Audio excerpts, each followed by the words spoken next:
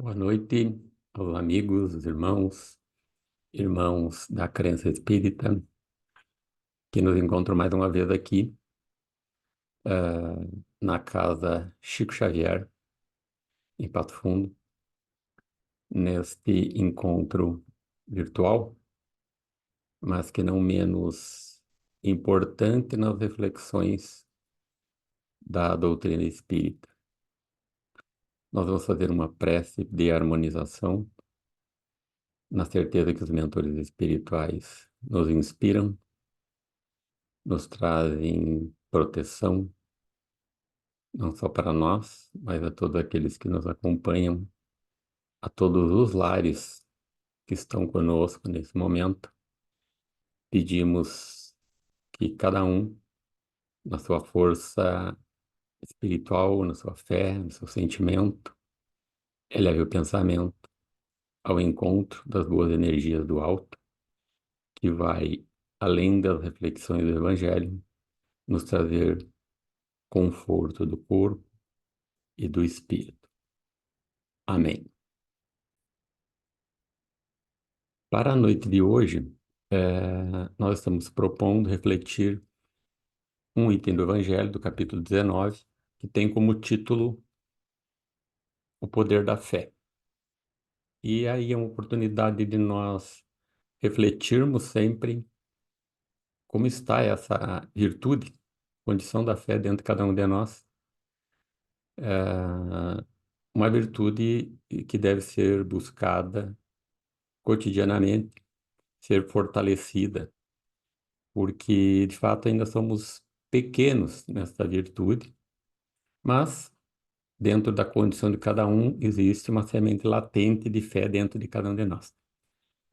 Vamos ver o que diz o Evangelho, então, nesse item sobre o poder da fé, que nos diz assim: como sempre, no início do Evangelho, uma passagem de Jesus, né? E depois os Espíritos nos ajudam a compreender melhor essa passagem e o que Jesus queria nos ensinar com as parábolas, né? E com os exemplos, os ensinamentos dele. Então, esse item do Evangelho diz assim: e depois que veio para onde estava a gente, chegou a ele um homem que, posto de joelhos, dizia: Senhor, tem compaixão do meu filho, que é lunático e padece muito, porque muitas vezes cai no fogo e muitas vezes na água. E tenho apresentado a teus discípulos, e eles não o puderam curar. E respondendo, Jesus disse: Ó, geração incrédula e perversa, até quando hei de estar convosco? Até quando vos hei de sofrer? Trazei-mo cá. E Jesus o abençoou. E saiu dele o demônio. E desde aquela hora ficou o moço curado. Então lhe disseram: Por que não podemos nós lançá-lo fora? Jesus lhes disse: Por causa da vossa pouca fé. Porque na verdade vos digo que se tiverdes fé do tamanho de um grão de mostarda, direis a este monte: passa daqui para colar, e ele há de passar, e nada vos será impossível. É um trecho do Evangelho de Mateus, capítulo 17, versículo 14 a 19. Então, quando Jesus diz que se tivermos a fé do tamanho de um grão de mostarda, que é uma coisa bem minúscula, em relação ao tamanho de uma montanha, ele chama atenção justamente para o poder da fé.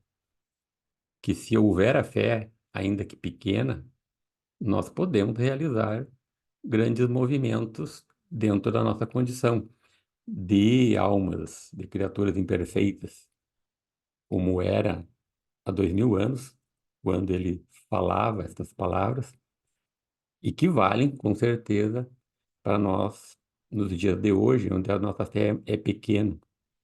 Mas veja que um grão de mostarda é infinitamente pequeno diante de uma montanha.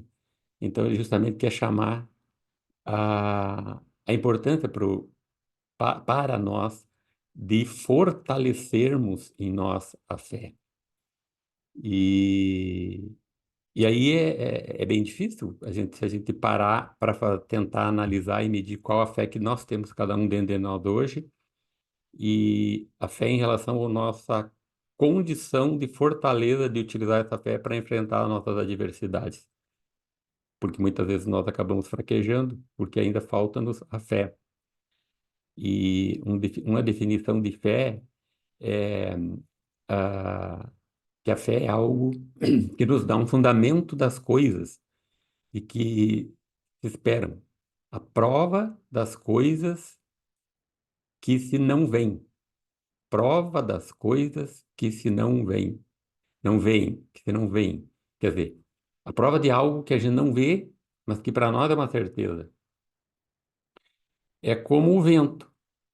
Ah, nós temos a certeza do frescor que o vento nos proporciona num dia de calor. O fortalecimento, a grandeza da nossa fé, digamos que é na proporção de que nós sentiremos esse mesmo frescor, essa mesma serenidade, quando nas dificuldades desta vida, ou ainda depois dela, temos a certeza de que estamos fazendo as escolhas corretas e que seremos bem acolhidos por Deus em função da fé que nos dá esse frescor, essa serenidade, essa calma, essa resistência e resiliência às dificuldades na vida.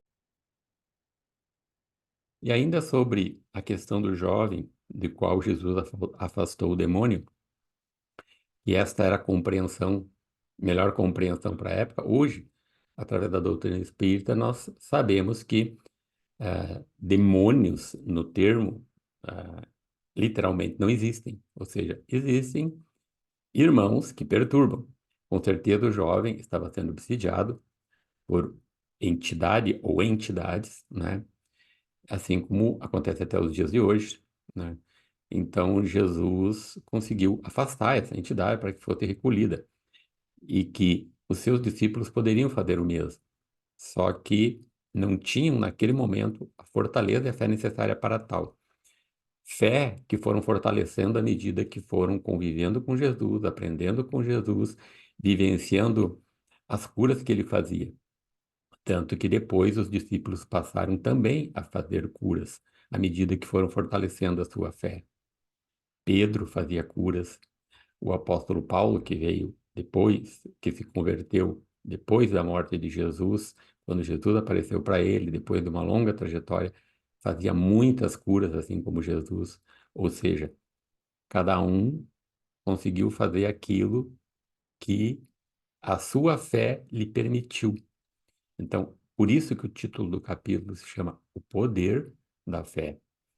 E nas casas espíritas, quando se faz socorro, se presta auxílio a irmãos que, por vezes, estão sendo assediados por entidades, algumas com intenção de prejudicar, outras sem intenção de prejudicar, mas acabam prejudicando pela aproximação e pela sensibilidade do irmão encarnado que sente a sua aproximação, sem saber o que está acontecendo, muitas vezes, por desconhecer esse processo, né? Essa relação que existe entre mundo encarnado e mundo desencarnado, mas ela é presente. Então, nas casas espíritas, nos trabalhos adequados de desobsessão, esses irmãos também são encaminhados, acolhidos, encaminhados para casas de socorro ou afastados quando eles ainda não se permitem o auxílio, porque no final das contas são irmãos nossos necessitados do nosso auxílio, da contribuição através da nossa fé, da nossa mediunidade, né? Que isso é feito nas casas espíritas. Na sequência do texto, nos diz assim: aí vem então a explicação dos espíritos para esta passagem de Jesus. É certo que, no bom sentido, a confiança das próprias forças torna-nos capazes de realizar coisas materiais que não podemos fazer quando duvidamos de nós mesmos. Então, aqui ele faz os espíritos fazem uma referência que é preciso ter propósito para as conquistas materiais. Mas ele vai chamar a atenção de que, nesse momento, ele está falando da fé no sentido da moralidade. Mas, de qualquer maneira, veja que como é importante esse exemplo. Quando a gente quer muito uma coisa, quer uma conquista, quer passar no vestibular, quer passar no concurso, quer adquirir um bem, né? É preciso que tenhamos um propósito, um foco, uma determinação, uma educação, o que não deixa de ser já um esforço, um treinamento para aquela fé da moralidade, né? Então, tudo envolve esse propósito interno, essa determinação nossa. Claro, com foco em coisas boas, em coisas para o bem, ainda que para a conquista material, que não há nenhum equívoco nisso, né? Mas, então, é somente no seu sentido moral que devemos entender essas palavras. As montanhas que a fé transporta são as dificuldades, as resistências, a má vontade. Em uma palavra, que, que encontramos entre os homens, mesmo quando se trata das melhores coisas. Então, as dificuldades eh, são essa montanha a ser superada através da fé, ainda que seja do tamanho de um grão de mostarda. Os preconceitos da rotina, o interesse material, o egoísmo, a cegueira do fanatismo, as paixões orgulhosas são outras tantas montanhas que atravancam o caminho dos que trabalham para o progresso da humanidade. Então, as nossas imperfeições de sentimento, o orgulho, o egoísmo, o fanatismo, porque o fanatismo leva a uma fé cega, e é algo que a gente vê muito nos dias de hoje, ah, inclusive as pessoas que conduzem grupos religiosos alimentando esse fanatismo, muitas vezes com interesse de benefícios materiais e financeiros, por sua vez irão ter que responder por isso, não só pelo seu erro, mas pelo comprometimento daquelas pessoas ou daquelas ovelhas que conduziam, né? Então, a fé robusta confere a perseverança e a energia e nos recursos necessários para a vitória sobre os obstáculos, tanto nas pequenas quanto nas grandes coisas. A fé vacilante produz a incerteza, a hesitação de que se aproveitam os adversários que devemos combater. Ela nem sequer procura os meios de vencer, porque não crê na possibilidade da vitória. Quando se tem essa fé então robusta, fortalecida, por consequência, nós abrimos janelas, campos de conexão com as forças do bem. Se nós estamos fortalecidos numa fé verdadeira, com propósito, porque o homem confunde muito uma fé que vem do sentimento, da alma, da racionalidade das coisas, do que é certo e errado, do que é justo e injusto, com a, a fé cega, que interpreta equivocadamente o evangelho, os ensinamentos, e se utiliza de uma maneira equivocada desses ensinamentos e muitas vezes até querendo impor esse entendimento às demais pessoas. Nós vamos ver que, inclusive, pela violência, pela força, novamente, são situações que nós temos visto acontecer se nós acompanharmos nas mídias do dia de hoje, né? Situações em que as pessoas estão manifestando algo que estava dentro delas e que não é saudável, né? Por quê? Porque ainda estão com uma ideia de fé equivocada. Não é essa a fé que vai superar as montanhas. Não é com essa fé que serão vencidos os obstáculos. As pessoas estão muito perdidas e equivocadas, em regras, em sentimentos de egoísmo, de orgulho, de autoritarismo, de preconceito às mais variadas tipos de pessoas. E a gente tem visto isso todo dia nas mídias, né? Agora, se nós estamos buscando fortalecer a fé raciocinada, voltada ao bem, nós não podemos nos deixar envolver, nos afetar por essas energias e nos manter no nosso propósito, fortalecendo essa fé robusta dentro dos nossos corações. Noutra acepção, considera-se fé a confiança que se deposita na realização de determinada coisa, a certeza de atingir um objetivo. Neste caso, ela confere uma espécie de lucidez, que faz entrever pelo pensamento os fins que se tem em vista e os meios de atingi-los, de maneira que aquele que a possui avança, por assim dizer, infalivelmente. Num e noutro caso, ela pode fazer que se realizem grandes coisas. Então, eu grifei aqui a palavra lucidez, que tem a ver com a fé raciocinada, que a doutrina insiste que nós façamos essa reflexão.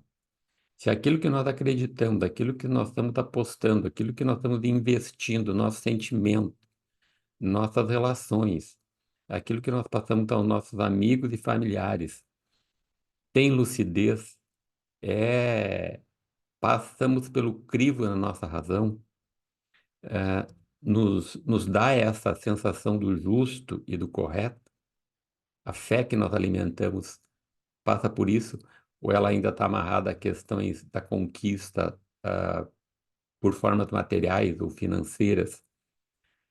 Eu vivi uma experiência há alguns anos que me chamou muita atenção,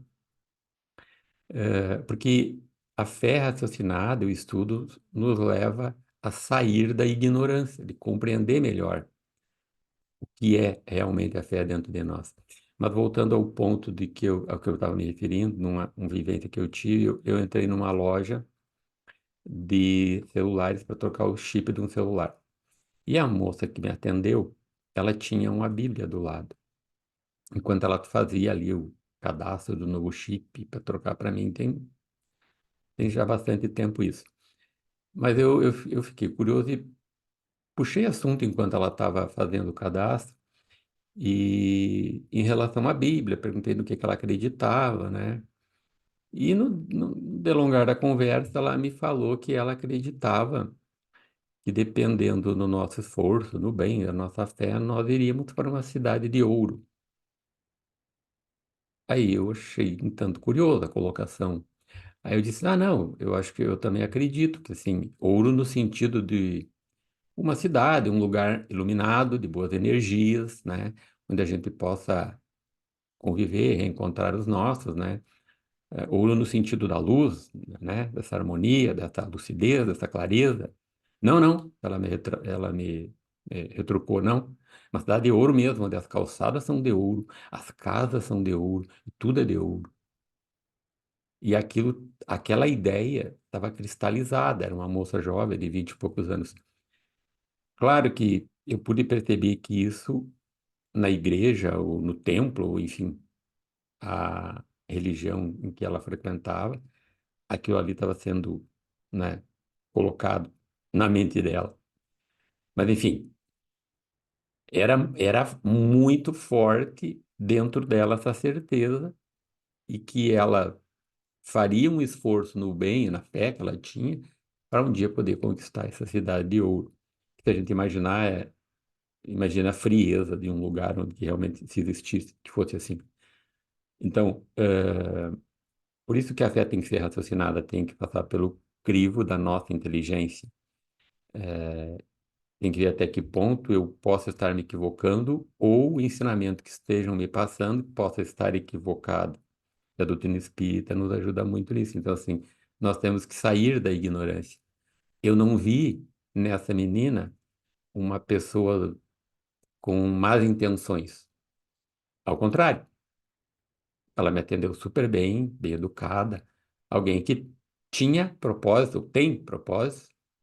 Não sei hoje, tomara que hoje ela já esteja com mais clareza no entendimento das coisas, mas com propósitos no bem para a sua vida.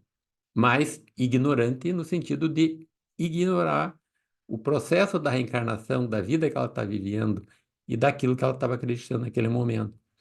Por isso a nossa fé tem que ter lucidez, raciocinada. Então, a fé sincera e verdadeira é sempre calma. Confere a paciência de saber esperar, porque estando apoiada na inteligência e na compreensão das coisas, tem a certeza de chegar ao fim. A fé insegura sente a sua própria fraqueza e, quando estimulada pelo interesse, torna-se furiosa e acredita poder suprir a força com a violência. Bezerra de Menezes, quando estava na Terra, encarnado, e na casa espírita, durante o trabalho, foi interpelado por um cidadão na plateia, desafiando Bezerra de Menezes para que um desafio um, dos materialistas com ele para provar que o materialismo poderia resolver todos os problemas da humanidade. E aí ele fez um longo discurso explicando as teorias do materialismo e que nesse discurso, nesse debate, poderia provar a fraude que seria o espiritismo. E eu me lembrei porque aqui o Bezerra, calmo, sereno, escutou. Então, com muita tranquilidade, escutou tudo o que o rapaz falou, ele despejou na frente da plateia, de todos que estavam sentados dentro da casa espírita. Quando o cidadão terminou, ele respondeu mais ou menos assim, que aceitava o desafio para o debate, mas desde que aquele materialista ou os materialistas que queriam debater levassem para o encontro uma, uma criatura apenas, que o materialismo acalentou, acalmou o coração, deu serenidade, tirou do sofrimento, uma alma que tenha perdido um ente querido e que tenha sido acalentada e apaziguada, uma mãe que perdeu um filho, ou o contrário. Então o Bezerra foi falando, fazendo várias considerações dos benefícios da espiritualidade ou da doutrina espírita. E esse cidadão foi baixando a fronte, baixando os olhos. Quando o Bezerra terminou de falar, ele simplesmente sentou, não falou mais nada. Então, na segurança, na certeza e na fé que ele tinha, ele teve essa calma, essa lucidez, essa tranquilidade. E deu uma aula para todos os que estavam ali, inclusive, bem constrangido, o rapaz que desafiava se sentou. Então, a calma na luta é sempre um sinal de força e de confiança. Calma que a nós muitas vezes falta em várias circunstâncias, né? Seja no lar ou fora dela, e principalmente no lar, às vezes com aqueles que aqueles que estão aqui para a nossa harmonia, nós não conseguimos ter essa calma. Sempre um sinal de força e de confiança, calma na luta. Enquanto a violência, ao contrário, é prova de fraqueza e de falta de confiança em si mesmo. A gente tem visto, eu repito, muito nos dias de hoje, essa fé que emprega, inclusive, a violência, desejando impor às massas essa fé, entre aspas, vamos dizer assim. Seguindo, necessário guardar-se de confundir a fé com a presunção. A verdadeira fé se alia à humildade. Aquele que a possui deposita a sua confiança em Deus mais do que em si mesmo, pois sabe que simples instrumento da vontade de Deus nada pode sem ele. É por isso que os bons espíritos vêm em seu auxílio. A presunção é menos fé do que orgulho, e o orgulho é sempre castigado, cedo ou tarde, pela decepção e os malogros que lhes são infligidos. Então, humildade acima de tudo, né? Independente dos conhecimentos que nós tenhamos, sejam de alguma doutrina, da própria doutrina espírita, seja nos conhecimentos literários, né? Acadêmicos, nada disso garante uma fé robusta. Não garante essa fé calma, não garante essa lucidez. O que demonstra isso vai ser o nosso comportamento diante da vida, diante das pessoas, diante da influência que nós levamos a outras pessoas. Então, a verdadeira fé e o respeito a Deus, como diz ali, porque sem Ele nós nada seremos. Deus pode, de um momento para o outro, tirar tudo que nós temos, se Ele entender que é um remédio amargo que nós necessitemos. Então, sempre Deus acima de tudo, e não essa presunção de que nós conhecemos e sabemos e que as nossas palavras é o suprassumo da verdade, né?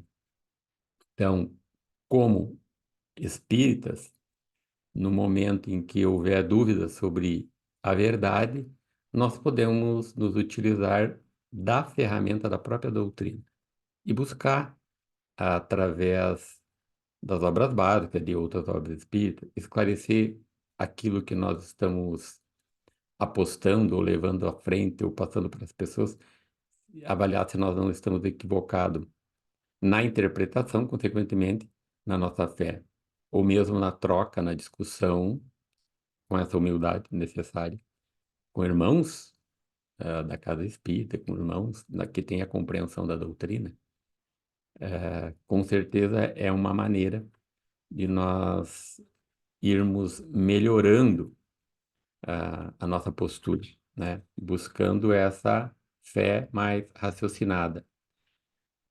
E o último parágrafo, então, do item, para nós irmos encerrando, diz o seguinte: o poder da fé tem aplicação direta e especial na ação magnética. Graças a ela, a ação magnética, o homem age sobre o fluido, agente universal. Fluido, agente universal, modifica-lhe as qualidades e lhe dá impulso, por assim dizer, irresistível. Então, o homem pode modificar esse fluido universal. Eis porque aquele que alia a um grande poder fluídico normal uma fé ardente, pode operar unicamente pela sua vontade dirigida para o bem esses estranhos fenômenos de cura e de outra natureza, que antigamente eram considerados prodígios ou milagres. Bom, isso não está aqui, mas eu estou dizendo. Então, eram considerados prodígios e que, entretanto, não passam de consequência de uma lei natural. E se é uma lei natural, uma lei de Deus. Esta razão porque Jesus disse aos seus apóstolos: se não conseguistes curar, foi por causa da vossa pouca fé. É interessante porque aqui eles estão falando do que nós chamamos, se a gente for estudar a doutrina, vai nos esclarecer melhor sobre o assunto, do fluido cósmico universal, um fluido que existe em toda parte, em todo o universo. E Jesus, como espírito puro, dominava todas as ciências. E dentro do fluido cósmico universal, existe tudo que se precisa para realizar uma cura. Então, dentro dos nossos conhecimentos aqui, limitado, não nos limitar ao nosso conhecimento, digamos que no fluido cósmico universal existem todos os elementos da tabela periódica. E mais, enfim, porque os elementos da tabela periódica é o que nós conhecemos na ciência da Terra. Então, Jesus era capaz de manipular esses fluidos, essas energias, e realizar os milagres, fazer o cego voltar a enxergar. Jesus fazia uma cirurgia espiritual e recuperava o órgão enfermo. E aqui o Evangelho está dizendo que todos nós podemos chegar a essa condição. Condição, como eu disse antes, que muitos apóstolos alcançaram. Mas não necessariamente eu preciso ter esse conhecimento de um espírito puro como Jesus, que foi a única alma pura que chegou a habitar a Terra, de dominar. Se a minha fé for sincera e verdadeira, intensa, lúcida, calma, humilde, no momento que eu fizer uma oração, se juntarão a mim os espíritos bondosos que vão vir em apoio a essa fé minha para auxiliar a mim mesmo ou a um ente hospitalizado, enfermo, para quem eu esteja direcionando minha fé ardente no desejo de auxiliar. Se eu estiver fazendo uma oração para um enfermo, estender minhas mãos sobre ele, no desejo sincero de auxiliar, eu estarei, de alguma forma, manuseando, através desse magnetismo, os fluidos no meu sentimento e no meu pensamento, pelo desejo de auxiliar aquela pessoa. E aí eu serei atendido. Claro, respeitando a condição da minha capacidade de magnetizar e também a, os méritos daquela criatura para quem eu esteja orando ou direcionando a minha fé. Mas esse exercício nos enriquece e nós vamos vivenciando a fé, colocando no nosso dia a dia de uma maneira mais raciocinada também. Então, esse é o caminho, a proposta que o Evangelho vem nos esclarecer sobre o poder da fé, que é esse grãozinho de mostarda que está dentro de cada um, latente para que nós possamos expandir essa capacidade da fé.